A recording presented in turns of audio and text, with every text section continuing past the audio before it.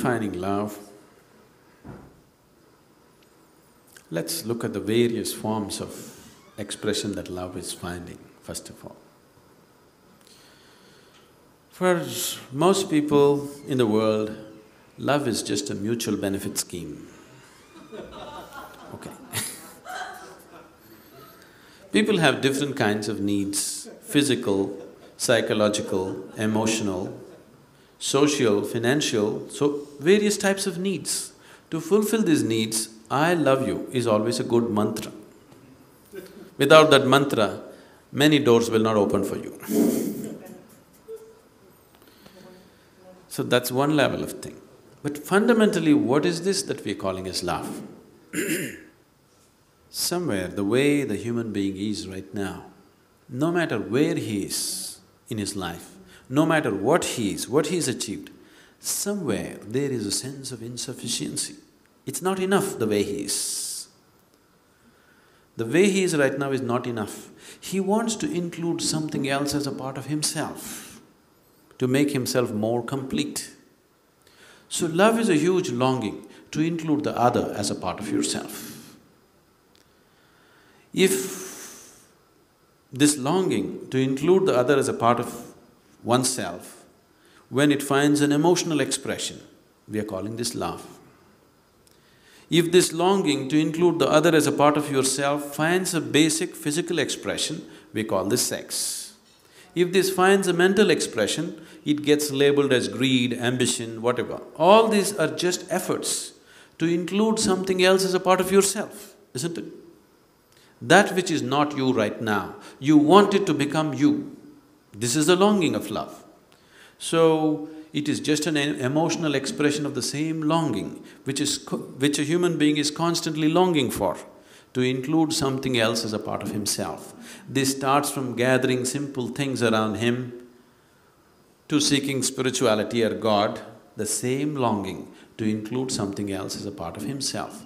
The fundamental longing to have a larger slice of life than what you have right now.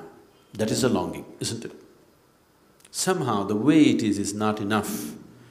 You want to experience life little more than the way it is right now. So this longing to include the other as a part of yourself is love. Emotionally, how much ever you make this effort, you get close to that, you're almost there many moments, but next moment it falls down.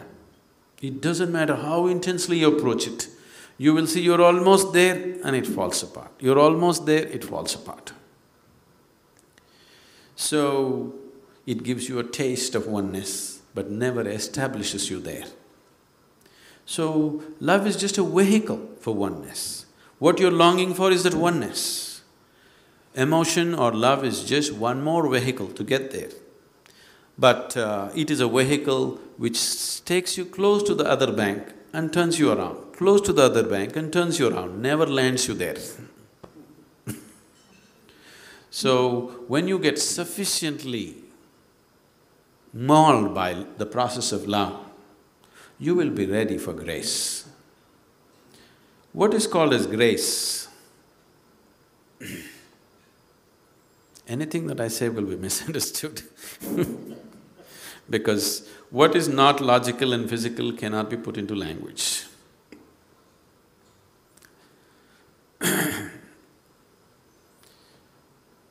If we want to use an analogy, gravity is one aspect of life.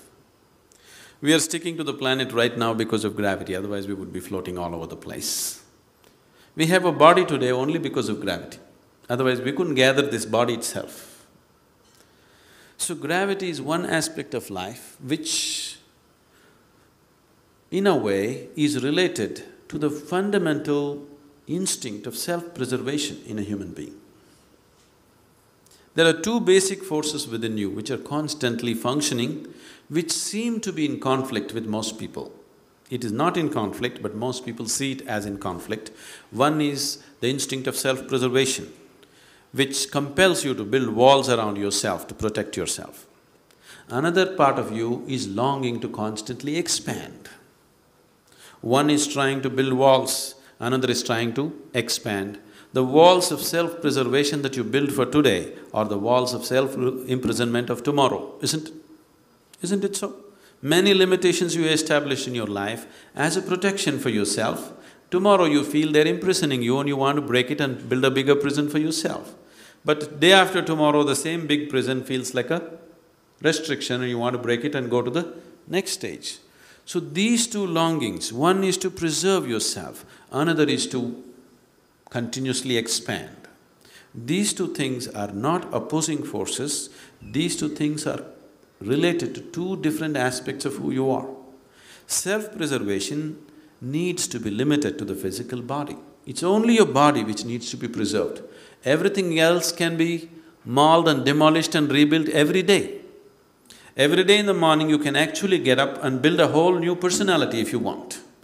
But right now, your instinct of self-preservation has extended itself to the very way you think, feel and understand life, isn't it? All the time you're trying to protect that. But self-preservation should be limited only to the physical body. Only the body needs preservation.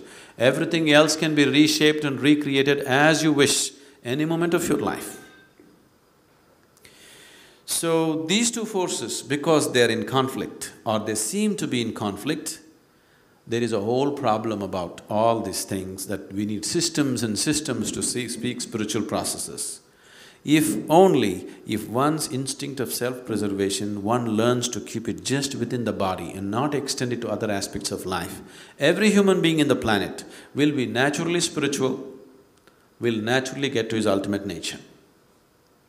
Only because he is restraining it, because his instinct of self-preservation always tells him, this is not safe, that is not safe. Only body has to be preserved. Everything else is open to everything else, isn't it? That's how it should be. But right now, the way you think, the way you feel, your values, your morals, your ideologies, your religion, all these things need to be preserved. Now, in this, there can be no expansion. Suddenly there seems to be a conflict. You were talking about love and grace. Can you elaborate that a bit more? So if we have to use an analogy, gravity and grace, let's put them as opposites. Gravity is trying to hold you down. Grace is something that is trying to lift you up. This is only an analogy, because grace cannot be explained that way. If you're released from the physical forces of existence, then grace bursts forth in your life. It is not that grace has to come, always in your calendars and pictures you saw grace is coming as a few rays of light and reaching a particular person. It is not so. As gravity is active, grace is constantly active. It is just that you have to make yourself available to it. With gravity you have no choice, anyway you're available to it. But with grace, you have to make yourself receptive and available to the forces of grace. So all the work, whatever kind of spiritual work you do, whether you do prayer or puja or asana, pranayam or whatever you do, ultimately you are just working towards making yourself available to the force of grace. Because without grace, you won't be lifted up. Which way you approach it depends upon what you're exposed to, what kind of a person you are. But whatever you're doing, you're just making yourself fit enough to be available to grace. Enlightenment. My basic question is, what does it feel like? What does it feel like?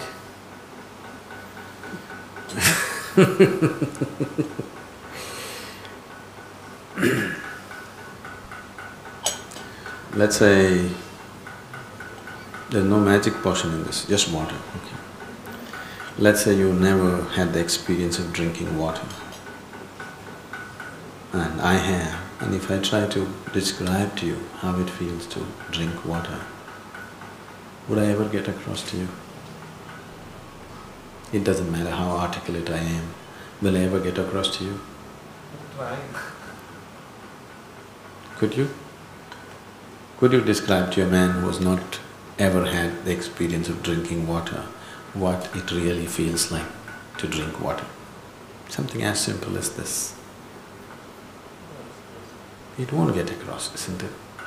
So anything which is not in your experience, If people talk about it, it doesn't matter how articulate they are, how they come out, invariably it only leads to misunderstanding. So let's not talk about how it feels, let's talk about technically what it means. That you can understand, I know. If I say how it feels, I will end up saying things which… because whatever you speak, when we use language, I have to take care that I'm logical, isn't it? What you're referring to as enlightenment is not a logical process, it's well beyond that. So if I speak illogically here, would you sit with me? You won't. You won't, isn't it?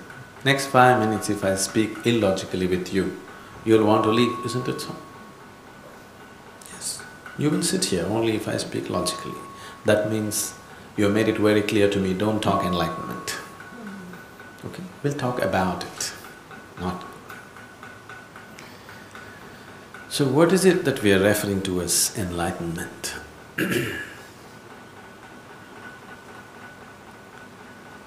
As a human being, there are various levels of experiences that human beings are going through. Some people know just food and sleep, some people know creating something, some people know action, some people know art, some people know music, some people know drugs, sex, this, that, so many things. But if you look at it carefully, always a human being is seeking to have a larger slice of life, isn't it? Isn't it so? Whether he's out to make money, or he wants to have pleasure, or he wants to go to heaven, it doesn't matter. Whether he wants to go to the temple or to the bar, he's still trying to have a larger slice of life. That's the only intention, isn't it so? To enhance the present level of life to something more. So the whole effort is to have a larger slice of life. So you have had pieces of life, some of them have been good, maybe some of them bitter, but you have had a certain slice of life. Suppose you had the whole pie for yourself, I would call that enlightenment. You're not seeking pieces anymore. You become very greedy. You want all of it. Everything that can be known, experientially, you want to know it right now. If you do manage it, that's called enlightenment. Is it very difficult? Not at all. The most difficult thing about enlightenment is it's too simple and it's the most obvious. Because it's so obvious, the whole world misses it. If it was somewhere up on the moon, by now everybody would have gotten it. But the problem is it's right here within you, that's the whole problem. And your whole focus is out. Why it is out is, right now, your whole perception of life is only through 5 senses. Yes? Everything that you know right now has entered you either by seeing, hearing, smelling, tasting and touching. This is the only way you know the world, isn't it? This moment if you shut down these 5 agencies of senses, you'll have no experience of life or of yourself. This is what is happening to you when you fall asleep. When you fall asleep, this one is very much alive, the body is alive, the mind is on, the world is on, but all of them have disappeared in your experience simply because the 5 senses have just shut down, that's all.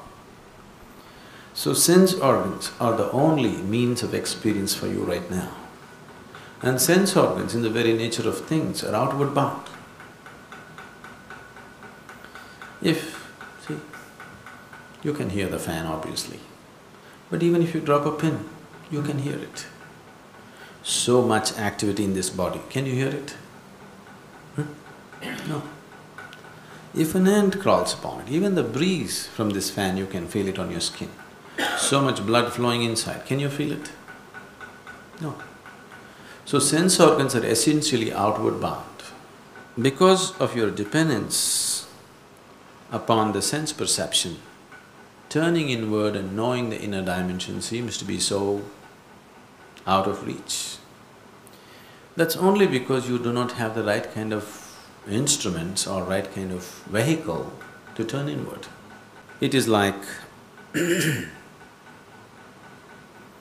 you want to eat a laddu, but you want to eat it through your ears. Very difficult, quite impossible, isn't it? You just have to understand it can only go here, it can't go here. So enlightenment is that difficult. Understand?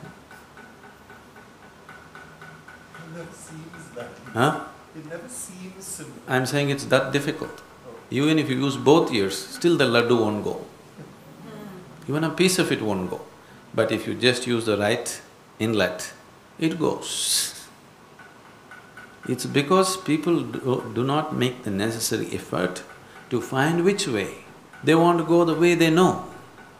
It looks impossible. It is like you're riding a bullock cart, but you want to go to the moon. Somebody gives you a horsewhip and tells you, really whip the bulls, you'll get there. You won't get there. The reason why it's become so difficult is because too much nonsense has been spoken about it. If nobody had said anything about it, many people would have found their way. Too much nonsense has been said about it and a whole lot of confusion created. People have written too many things about it without knowing what it is. People have said too many things about it without having a clue what they're talking about, which has left people absolutely confused. At least, if people shut up, human intelligence is capable of knowing this. Because if you have an uncluttered intelligence, if a human being grows up with an uncluttered intelligence, when I say uncluttered, if your intelligence functions without being identified with anything in particular, then knowing the inner dimension becomes a natural process. Right now, that possibility has been taken away because right from day one, the parents are working hard to get the children identified with their family and their stupid values and whatever. The teachers are working super hard. You okay for a joke? I'm supposed to be serious? No? On a certain day, a bull strayed into the forest. He saw lush green grass and he went grazing, inside. He went deep into the forest. A few days and weeks living there, he grew fat on food and no work. Then an old lion, who was well beyond his prime, was having difficulty hunting the wild animals, saw this fat bull. Easier to stalk and kill a bull than a deer, So he looked for his time and then pounced on him and killed him and ate him up. His stomach became real full. Then with great satisfaction he roared. A few hunters were passing that way. They heard the roar and tracked down the lion and shot him dead. The moral of the story is, when you're so full of bull, you should not open your mouth. But all the time these people are opening their mouth. If they all shut up for some time, it will be very natural for every human being to long to know. Right now they're just destroying that by giving ready-made solutions and all kinds of nonsense to believe in. It is very natural for your intelligence to probe at everything, isn't it? And how can you ignore yourself? You have ignored yourself because they have always made you look up there at some god that they themselves have not seen. Because of this, enlightenment has been transported or exported to heaven. Otherwise, it's simple, it's the most obvious. When you heard of Arjuna. So when Krishna went on talking truth, Arjuna said, where the hell is this truth that you're talking about? Where is it? Because if I ask you, is it here, you say no. If I ask you, is it there, you say no. At another time, if I ask you, is it here, you say yes. If I ask you, is it there, you say yes. What is this nonsense? Where is it? Tell me where is it, I'll go get it. He's a warrior, you know. So Krishna laughed and said, the ultimate truth about life is at the tip of your nose. Now, there are many schools of yoga who are intensely focusing on the tips of their noses. You try focusing on the tip of your nose, within 2 minutes you'll get a headache, you'll not get enlightened. So, all he's saying is it's the most obvious. The problem is it's here, but your senses are set there. So you just need a little bit of turning around, that's all.